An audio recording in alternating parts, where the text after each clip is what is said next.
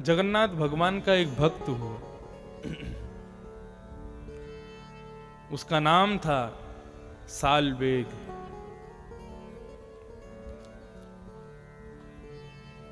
सालवेग की माता ब्राह्मणी थी और सालवेग के पिता मुसलमान थे।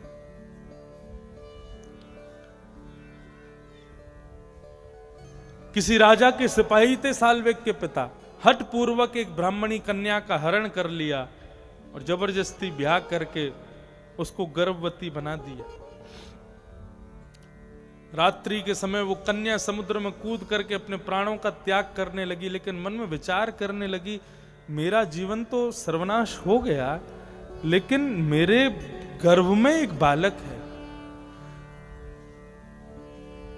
मैं पापनी मानी जाऊंगी यदि इसके सहित अपने प्राणों का परित्याग कर दूंगी, लेकिन जो मेरे साथ हुआ वो किसी के साथ ना हो, उसके लिए मैं ये प्रयास कर सकती हूं कि अपने पुत्र को सद संस्कार सिखाऊं, सद्भाव सिखाऊं, सद्विद्या प्रदान करूं, उसको एक अच्छा भक्त बनाऊं भगवान का।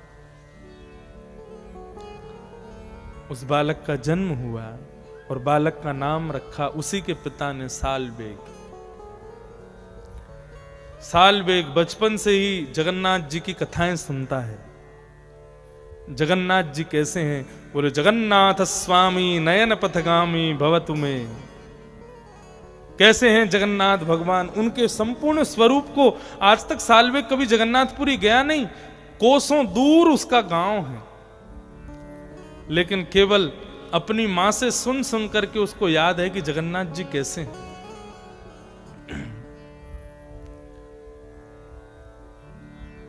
एक दिन छत पर बैठा था तो देखता है कि गांव के कई परिवारी जन बैलगाड़ियों में सामान रख करके जा रहे हैं और जगन्नाथ भगवान का कीर्तन कर रहे हैं। वो ऊपर से छत पे से सबसे पूछने लगा, अरे भैया, जगन्नाथ जी का कीर्तन कर रहे हो, आप लोग कहां जा रहे हो? सब कहने लगे, अरे बेटा सालवेग, श्री जगन्नाथ महाप्रभु अब रथ पर विराज करके समस्त भक्तों के मध्य से दर्शन देते हुए गुंडीचा जाएंगे। उनका दर्शन करने के लिए लाखों लोग पहुंच रहे हैं, हम भी वहीं जा रहे हैं। हमारी जो कथा स्थल है वो गुंडीचा मंदिर है, जहां पे रथ से ठाकुर जी जाते हैं। जो लोग खंडवा से जा रहे हैं, हमारे सरदार जी तो जा रहे हैं, और भी कई लोग खंडवा से पहुंच रहे हैं। जगन्नाथपुरी जो लोग नहीं आ पाएंगे वो लोग 12 तारीख से आस्था चैनल पे उस कथा का दर्शन करना। तो वहां हमारे ठाकुर जी का उत्सव है, हर वर्ष ये उत्सव होता है। और देखो, इस वर्ष तो चलो ठीक है, कोरोना काल भी थोड़ा थोड़ा शुरू हो गया, तो अभी हमारा भी जाना तो निश्चित है ही है। थोड़ा स्थान परिवर्तित हो रहा है, पहले बड़े इसी प्रकार माहौल में कथा हो रही थी, लेकिन अभी ऐसा है कि किसी बड़े हॉल में कथा क्रम रखेंगे। वो सब वहां व्यवस्थाएं चल रही हैं, फिर कैसा क्या होता है सब अभी चल रहा है बात। इस साल जो लोग जगन्नाथपुरी नहीं जा पा रहे उनको मैं अभी से निमंत्रण दे जाऊं। हमारे ठाकुर जी का हर साल उत्सव होता है 11 से 17 जनवरी, यानी कि मकर संक्रांति को हमारे ठाकुर जी का जन्मदिन होता है। और हर साल वो जन्मदिन अलग अलग स्थानों पर मनाया जाता है। आपके यहां भी 2 से 8 जनवरी तक कथा होती है। 8 जनवरी को यहां कथा, अगली साल जो भी महानुभाव पधारे उनको प्रणाम करके, और फिर 10 जनवरी को सब लोग पहुंच जाना। कहां? अगली साल कथा होगी अयोध्या में, अवध में। अवध में हमारे ठाकुर जी का जन्मोत्सव होगा और उस कथा में दास भी सेवा करेगा कथा की, और सायंकालीन सत्र में हमारे जगत गुरु रामानुजाचार्य श्री राघवाचार्य जी महाराज भी कथा की सेवा करेंगे। अभी जगन्नाथपुरी में सुबह के सत्र में दास भागवत की कथा करेगा और शाम को 5 साढ़े 5 बजे से उत्सव होगा, तो 4 बजे से 5:30 बजे तक पूज्य पिताजी महाराज उद्धव गोपी संवाद पर प्रवचन किया करेंगे रोज। तो ये जगन्नाथपुरी का ऐसा क्रम रहेगा। तो हमारी जो कथा है वो गुंडीचा में है। जगन्नाथ मंदिर और गुंडीचा मंदिर इस बीच ही रथ यात्रा होती है। भगवान मंदिर से आते हैं, रथ में बैठते हैं और गुंडीचा जाते हैं। गुंडीचा बोलते हैं मौसी का घर है, और वहां ठाकुर जी फिर रहते हैं 6-7 दिन, वहां रह के फिर दोबारा रथ में बैठ के वापस आते हैं। लेकिन एक अप्रकट लीला वहां की है। जगन्नाथ जो है ना, जगन्नाथ मंदिर, उसको माना जाता है द्वारिकापुरी, और गुंडीचा मंदिर को माना जाता है श्री वृंदावन धाम। तो ठाकुर जी जो हर वर्ष ये रथ यात्रा करते हैं, मानो द्वारिकाधीश रथ में विराजमान होकर के ब्रजवासियों से मिलने वृंदावन जाते हैं, और वृंदावन में कुछ दिन निवास करके फिर वृंदावन से पुनः लौट करके जगन्नाथ मंदिर आते हैं। इस बात का प्रतिपादन तब हुआ जब भगवान जगन्नाथ रथ यात्रा में रथ पर आरूढ़ होके जाते थे, तो जब जगन्नाथ मंदिर से गुंडीचा जाते थे तो चैतन्य महाप्रभु भावावेश में आकर के नृत्य करते हुए, उछलते कूदते हुए जाते थे। क्यों? वृंदावन जा रहे हैं। और जब ठाकुर जी वहां गुंडीचा में रहते, 6-7 दिन सेवा स्वीकार करके जब पुनः लौट करके जाते ना, तो चैतन्य महाप्रभु जाते ही नहीं थे। बोले नहीं, द्वारिका नहीं जाएंगे, ठाकुर जी ब्रज से दोबारा लौट के जाएं, वो उस लीला में हमको जाना ही नहीं है। हमको तो केवल ब्रज में ठाकुर जी आवे और ब्रज में रहें, उसी लीला में रहना है। तो गुंडीचा जहां हमारी कथा है, वो उसको जगन्नाथपुरी का वृंदावन माना जाता है। तो रथ यात्रा के लिए सारे गांव के लोग जा रहे थे। साल बेग ने मन बनाया कि मैं भी चलूं। मैं कैसे जाऊं? अपनी मां से जाके प्रार्थना की, बोले मां, पूरा गांव जा रहा है भगवान जगन्नाथ के दर्शन करने के लिए, मैं भी चला जाऊं? सालबेग की मां ने समझाया, बेटा तू नहीं जा सकता, तुम एक म्लेच्छ खानदान में जन्मे हो, तुमको अनुमति नहीं है। और यदि चले भी जाओगे रथ यात्रा में, दूर से खड़े होकर दर्शन कर भी लोगे, तेरे पिता को यदि पता चल गया तो तेरी अनुपस्थिति में मेरे प्राण तो चले जाएंगे, मुझे तो मार ही देगा, और लौट के तू आएगा तो तेरे साथ जाने क्या करेगा। इसलिए बेटा तुम यहीं रहकर के अप्रकट भक्ति करो, बिना दर्शन किए अपने हृदय में ही जगन्नाथ जी का स्वरूप बिठाओ और यहीं से उनका स्मरण करो। रुदन करता हुआ सालबेग छत पर जाकर के बैठ गया,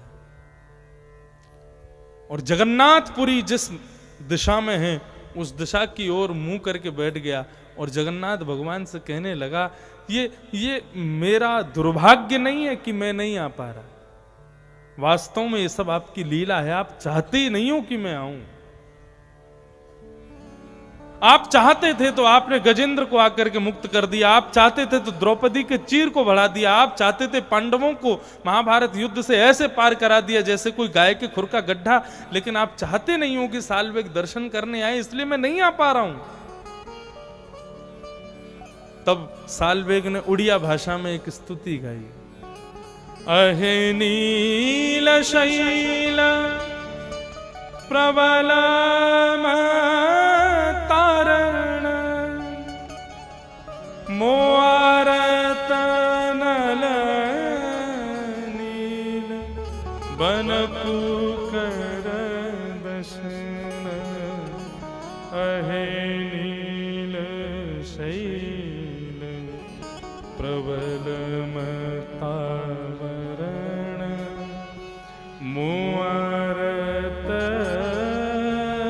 नल नील बनपु कर दशन। अरे नीलाचल पर्वत पर जगन्नाथपुरी है। सालबेग कहता है, अरे नीलाचल पर्वत के मतवाले हाथी जगन्नाथ। जगन्नाथ भगवान को कह रहा है, तू मतवाला हाथी है जगन्नाथ। जब जगन्नाथ जी रथ पर बैठने के लिए मंदिर से निकल के आते हैं, तब आप लोग टीवी पे देखा करो जगन्नाथ जी कैसे आते हैं। श्री मंदिर में जाते हैं तो खूब सारी सिड्डियां हैं, उन सिड्डियों पर कूद कूद के आते हैं। आगे पीछे सब पुजारी लोग उनको रस्सी वस्सी बांध देते हैं, बढ़िया कंधे पे उनके हाथों को टांग लेते हैं और फिर कूद कूद के उछाल उछाल के उनको लेके आते हैं, मानो जैसे कोई पर्वत से कोई गजराज उतर करके आ रहा है। कमल के सुंदर समूह को देख करके मानो कोई गजराज पर्वत से उतर के आ रहा हो, ऐसा दर्शन होता है।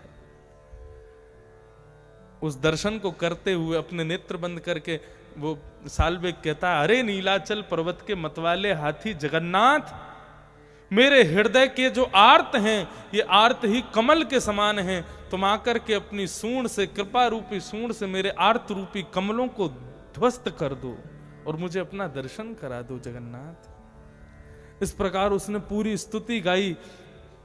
यहां साल्वेग बैठा बैठा स्तुति गा रहा था और वहां कोसों दूर जगन्नाथ भगवान के रथ को जब लाखों वैष्णवों ने खींचना शुरू किया, रथ को आगे बढ़ाना शुरू किया, सुभद्रा जी का रथ चला गया, बलराम जी का रथ चला गया, लेकिन जैसे ही जगन्नाथ भगवान का रथ खींचना शुरू किया, रथ स्तब्ध हो गया। लाखों की तादाद में भक्त वैष्णव रथ को खींच रहे हैं, खींच खींच करके पसीना पसीना हो गए, लेकिन रथ तस से मस नहीं हो रहा। सारे पुजारी सोचने लगे हमसे कोई अपराध तो नहीं हो गया, अरे भाई भोग लाओ, ये लाओ, वो लाओ, ये सब करें, लेकिन रथ नहीं खींचता। तो आज भी जगन्नाथ भगवान को कोई लीला करनी होती है तो वहां का आज भी राजा हैं जगन्नाथपुरी में, वहां के राजा को ठाकुर जी स्वप्न देते हैं या किसी न किसी प्रकार से संकेत कर देते हैं। राजा ने जाकर के जब प्रणाम किया तो श्री जगन्नाथ भगवान ने संकेत किया, मेरा रथ आज आगे नहीं चलेगा। बोले क्यों? इतने लाखों भक्त आपके रथ को खींच रहे हैं, क्यों नहीं चलेगा? बोले इन समस्त लाखों भक्तों की हृदय की भावना से भी बड़ी भावना है कोसों दूर बैठा हुआ मेरा साल्वेग। जब तक वो आकर के मेरे रथ का स्पर्श नहीं करेगा तब तक मेरा रथ आजा नहीं चलेगा। राजा ने अपने समस्त सैनिकों को, दूतों को भेजा, जाओ जाकर के साल्वेग को लेकर के आओ। साल्वेग को पालकी में बैठा करके सब लोग लेकर के आए। महाराज जहां तक नजर पड़ रही है समुद्र के समान भक्त जन बैठे हैं और उन समस्त भक्तों के बीच में जगन्नाथ भगवान का रथ खड़ा है। ठाकुर जी ना भोजन कर रहे हैं, ना भोग लगा रहे हैं, ना दर्शन दे रहे हैं, केवल स्थिर होकर के खड़े हैं। साल्वेग आएगा, आज उसी के दर्शन करके हम आगे बढ़ेंगे। जैसे ही साल्वेग एक पालकी में बैठ करके उस सभा में उपस्थित हुआ, उस रथ यात्रा में प्रवेश करता है, साल्वेग की पालकी आते ही रथ पर बैठे हुए जगन्नाथ भगवान का विग्रह मचलने लगा, आनंदित हो गया और मानो राजा से संकेत कर रहे हो कि इस भक्त को लाओ, ला करके मेरे हृदय से लगा दो। साल्वेग ने आज पहली बार जगन्नाथ जी का दर्शन किया, घुटने के बल बैठ करके खूब रोया। राजा ने कहा, बेटा अब किसका इंतजार कर रहे हो? दौड़ करके जाओ और अपने प्रियतम को अपने हृदय से लगा लो। दौड़ करके साल्वेग रथ पर चढ़ गया और विशाल जगन्नाथ भगवान के विग्रह को जैसे ही अपने हृदय से लगाया, बिना किसी भक्त के खींचे ही रथ आगे बढ़ने लग गया अपने आप।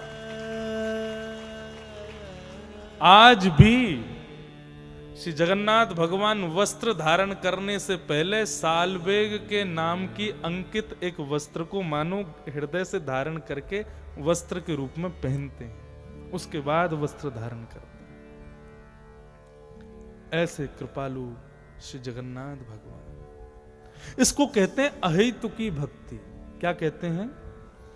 और ऐसी भक्ति होना ही हमारा परम धर्म है, यही हमारा परम धर्म है।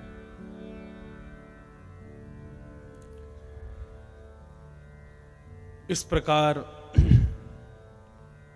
सूत जी महाराज प्रवचन कर रहे थे, 24 अवतारों का वर्णन किया, भगवान के कौन कौन से अवतार हैं आदि आदि सबका वर्णन करके श्रीमद् भागवत पुराण की रचना श्री वेदव्यास जी ने क्यों की इस बात को बताया। वेदव्यास जी महाराज सरस्वती नदी के तट पर बद्रीनाथ में बैठे थे। द्वापर युग का अंत होने वाला था, तभी उन्होंने मन में विचार किया, नेत्र बंद करके अपनी दिव्य दृष्टि से देखा कि भाई भारत के और पूरे विश्व के लोग कलयुग में कितने संकीर्ण बुद्धि के होने वाले हैं। ये मानव अपना कल्याण कैसे करेगा? इस चिंता में आकर के श्री वेदव्यास जी महाराज ने सोचा कि मैं कुछ लिखूं। तब बंधुओं पहले केवल एक ही वेद था, प्रणव, यानी कि ओम, ओमकार, केवल एक वेद था पहले, लेकिन फिर उन्होंने एक वेकम चतुर्विधम उसको 4 वेदों में परिणत कर दिया। ऋग्वेद, यजुर्वेद, सामवेद, अथर्ववेद, उसका विस्तार कर दिया। लेकिन विस्तारीकरण करके भी मन को शांति नहीं हुई। वेद इतने कठिन हैं, हर कोई पढ़ नहीं पाता। वेद के पढ़ने वालों के नियम इतने हैं, शिखा सूत्र होनी चाहिए, ब्राह्मण कुल होना चाहिए, तभी वेद पढ़ सकते हो, अन्यथा नहीं पढ़ सकते। आदि आदि सब नियम बना दिए, मानव कल्याण फिर भी नहीं हुआ। महाभारत आदि इतिहास लिखे और उसके बाद 18 उपपुराण लिखे और 17 महापुराण लिखे। इस प्रकार वेद व्यास जी महाराज लिखते ही चले गए, लेकिन मन को शांति नहीं मिली। तब एक दिन बड़े दुखित मन से बैठे थे सरस्वती के तट पर, तभी वहां पर श्री नारद जी महाराज का आगमन हुआ। बहुत ध्यान से सुनना। नारद जी महाराज ने आकर के कहा, वेद व्यास जी आप दुखी क्यों हो, आपका चेहरा इतना मुरझाया हुआ क्यों है? तब श्री वेद व्यास जी महाराज ने कहा, बोले मैं इतना कुछ लिख चुका हूं मानव कल्याण के लिए, लेकिन पता नहीं मेरे मन को संतोष नहीं हो रहा। मुझे लग रहा शायद अभी भी कहीं कुछ रह रहा है, कुछ कमी रह गई है। तब श्री नारद जी महाराज बोले, आपको बुरा ना लगे तो मैं बताऊं क्या कमी रह गई है? बोले हाँ हाँ बताइए। तब श्री नारद जी कहते हैं, भवतानुदित प्रायम यशो भगवतो मनम ये नैवासो न तुष्येत मन्ये तद्दर्शनम खिलम। प्रभु में ध्यान से सुनिएगा, मैं बता रहा हूं कहां कमी रह गई है। आपने चतुर्विध पुरुषार्थ कैसे प्राप्त हो यही लिखा है बस। चतुर्विध पुरुषार्थ किसको कहते हैं? धर्म, अर्थ, काम और मोक्ष। इनको क्या कहते हैं? चतुर्विध पुरुषार्थ। व्यक्ति धर्म कैसे करे, व्यक्ति अर्थ कैसे कमावे, अपनी कामनाओं की पूर्ति कैसे करे और मोक्ष को कैसे प्राप्त करे, केवल इन चारों का ही वर्णन किया है हर जगह पे। लेकिन यदि कोई व्यक्ति भगवत प्राप्ति करना चाहता, उसके लिए आपने कोई मार्ग नहीं बताया। भगवत प्राप्ति का मार्ग क्या है? जिसको ना धर्म चाहिए, ना अर्थ चाहिए, ना काम चाहिए, ना मोक्ष चाहिए, केवल और केवल सांवरा चाहिए, जिसको राधा रमन लाल चाहिए, जिसको केवल ठाकुर जी से प्रीति करनी है, प्रेम करना है, उसके लिए आपने क्या लिखा? वेद व्यास जी बोले, ऐसों के लिए तो मैंने कुछ भी नहीं लिखा। बोले इसीलिए मन अशांत है। धर्म, अर्थ, काम, मोक्ष तो व्यक्ति कई बार अपने पूर्व जन्मों के कृत्य के अनुसार भी प्राप्त कर लेता है, लेकिन भगवत प्राप्ति कैसे करेगा ये आपने कहीं नहीं बताया। आपने सब जगह केवल भगवान है, भगवान है, भगवान है, भगवान को इतना डरावना बना दिया, सब डरते रहते हैं उनसे। वो भगवान किसी के बुलाने पर माखन खाने भी आते हैं। छछिया भरी छाछ पर नाच नचायो, एक श्लोक तो इतना सुंदर है, वो मैं कहता हूं तो मुझे आनंद आ जाता है। यस्या लिंदे ब्रह्म वसिता आहा। ऐसे ब्रह्म का आपने कहां वर्णन किया है? कैसे ब्रह्म का? श्रुतिम अपरे स्मृतिम अपरे नीतिम अपरे भजन्तु भव भीता अहम तु नंदम वंदे यस्या लिंदे ब्रह्म वसिता। कितना सुंदर वर्णन है, ध्यान से सुनना। ब्रह्मा जी कह रहे हैं कि मैं पर ब्रह्म को खोजने निकला। तो पर ब्रह्म को खोजने के लिए सबसे पहले मैं कहां गया? श्रुतियों के पास गया। श्रुति किसे कहते हैं? वेद। तो जब मैंने वेद में खोजा तो मुझको भगवान नहीं मिले। उसके बाद कहां गया? बोले मैं स्मृतियों के पास गया, मुझे स्मृति में भी भगवान नहीं मिले। फिर कहां गए? बोले नीति शास्त्र के पास गया, लेकिन नीति शास्त्र पढ़ करके भी मुझको भगवान नहीं मिले। फिर कहां गए? बोले बड़े बड़े भजन करने वाले तपस्वियों के पास गया, मुझे वहां भी भगवान नहीं मिले। तब किसी ने कहा तो फिर भगवान मिले कि नहीं मिले? बोले मिले ना। बोले कहां मिले? बोले अहम तु नंदम वृंदे। जब मैं वृंदावन में गया और नंद भवन के सामने से निकलने लगा तो मैंने क्या देखा? बोले यस्या लिंदे ब्रह्म वसिता। बोले जब मैं वृंदावन में गया तो वृंदावन में नंद भवन की दहली, दहली समझते हैं, सब समझते हैं आजकल, लेकिन दहली होती है छोटी छोटी। आप लोग पुराने मंदिरों में जाओगे जो आज से 100, 150, 500 साल पहले बने, उनकी दहली कितनी ऊंची होती है, लोग उनको प्रणाम करके भीतर प्रवेश करते हैं। पहले के घरों में भी दहली ऊंची होती थी। क्यों? कहीं कोई सर्प, कहीं कोई कीड़ा मकोड़ा भीतर से रेंगने वाला कोई भीतर सहजता से आ ना सके, इसलिए घर की दहलियां ऊंची बनाते थे। और छोटे छोटे बच्चे ये घर से बाहर ना भग जाएं, इसलिए भी ऊंची बनाते थे। ब्रह्मा जी कहते हैं जब मैं वृंदावन में नंद भवन के सामने से निकलने लगा तब मैंने क्या देखा?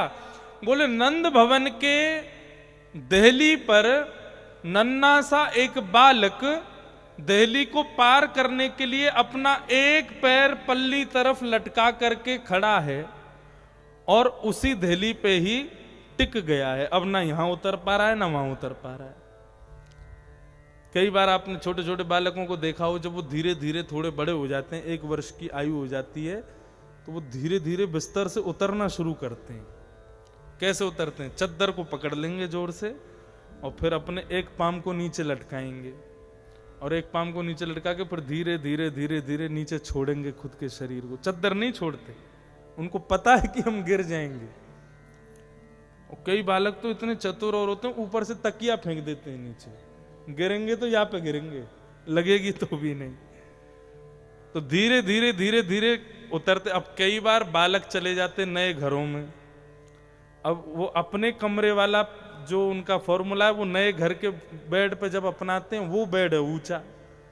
तो कई बार क्या होता है, बालक जब जैसे नीचे उतरने लगता है तो उसको देखता है, वो दूसरा पैर जो नीचे उसकी उंगलियां हिलाता रहता है कि जमीन आई कि नहीं आई। कई बार क्या होता है, बिस्तर बहुत ऊंचा होता है तो बालक वहीं टिक जाता। अब उसको लगता अब तो बेटा तू गया, अब तू गिरेगा नीचे। फिर वो जोर जोर से रोता है, मैया को बुलाता है कि बचाओ, फिर उस बालक को उठाते। ये ऐसा कभी कभी घटना होती है ना। ब्रह्मा जी कह रहे हैं ऐसे ही नंद भवन की दहलीज को पार करते हुए मैंने उस ब्रह्म को देखा। और कैसा देखा? बोले उसी पर लदा हुआ देखा, यस्या लिंदे, जो दूसरी तरफ अपने पैर को टेक ही नहीं पा रहा, ऐसे रूप में मैंने ब्रह्म को देखा। वेद व्यास जी से नारद जी ने कहा, क्या आपने ऐसे रूप का कहीं वर्णन किया? ब्रह्मा जी वेद व्यास बोले, नहीं, ऐसा रूप तो मैंने कहीं नहीं वर्णन किया। बोले इसीलिए तो मन अशांत है। आपने केवल द्वारिकाधीश को शंख चक्र गदा पद्मधारी और महाराज गीता का संभाषण कर रहे हैं, रथ चला रहे हैं, बड़े बड़े योद्धाओं के बीच में बैठे, ऐसा ही कृष्ण को दिखाया। ये छछिया भरी छाछ पे नाच नचायो वालों कन्हैया आपने कहीं नहीं दिखाया। उसका दर्शन कराओ, तब मन को शांति होगी।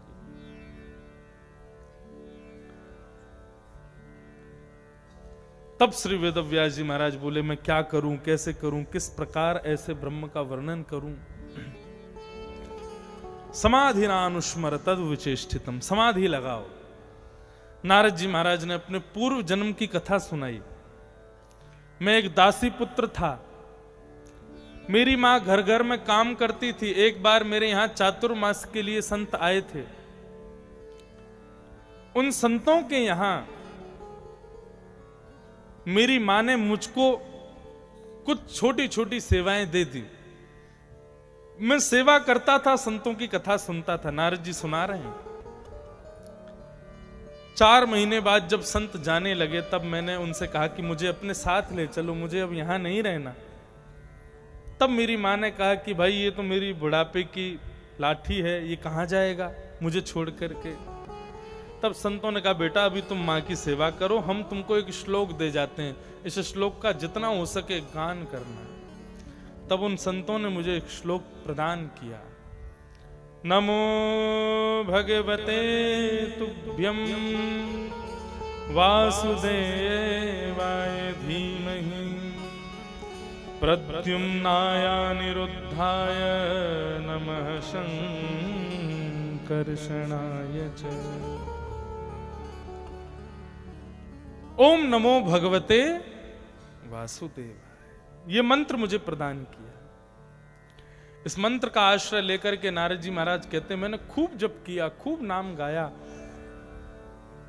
एक दिन मेरी मां को एक सर्प ने डस दिया, मेरी मां की मृत्यु हो गई। मां का संस्कार करके मैं वन में निकल गया और वन में जाकर के मैंने खूब इस मंत्र का जाप किया। मेरे हृदय में ठाकुर जी का एक स्वरूप प्रकट हो गया। मैं उस स्वरूप का दर्शन करके आनंदित होने लगा, लेकिन तत्क्षण ही वो स्वरूप अंतर ध्यान हो गया। जैसे अंतर ध्यान हुआ, मैंने विरह से कातर होकर के नेत्र खोले और कहा, हे प्रभु, हा नाथ, कहां हो? तब आकाशवाणी हुई कि नारद, हे बालक, तुम अभी मेरी प्राप्ति के लिए परिपक्व नहीं हो। मैंने अपना दर्शन करा दिया है, बस अब इसी दर्शन का चिंतन करते करते अपने प्राणों का त्याग कर देना, अगले जन्म में तुम्हें मेरी प्राप्ति होगी। मैंने उसी स्वरूप का चिंतन किया, खूब मंत्र का गान किया। प्रलयकालीन समुद्र में जब समुद्र ये पूरा संसार डूब गया, मेरी मृत्यु हो गई, तब अगले जन्म के रूप में मैं भगवान का दास हरिदास नारद बन करके प्रकट हो गया। आज मैं हरिदास हूं। देवदत्तामिमां वीणां स्वर ब्रह्म विभूषितां मूर्छयित्वा हरिकथां गायमानश्चराम्यहम्। ये देवदत्ता वीणा है। नारद जी अपनी वीणा दिखाने लगे, बोले ये वीणा है, ये वीणा मुझको भगवान ने दी है। मैं इस वीणा पर भगवान के मंगल में गीत गाता हूं, मंगल में कीर्तन गाता हूं, मंगल में भजन गाता हूं। बंधुओं, भगवान ने हम सबको एक एक वीणा दे रखी है कंठ के रूप में। किसी की वीणा सुधरी हुई है, सुरीली है, किसी की वीणा उतरी भई है, कंसुरी बेसुरी है, लेकिन वीणा सबके पास है। लेकिन प्रयास करो, अपनी उस वीणा से जितना हो सके ठाकुर जी की सेवा करो, जितना हो सके भगवान का भजन करो।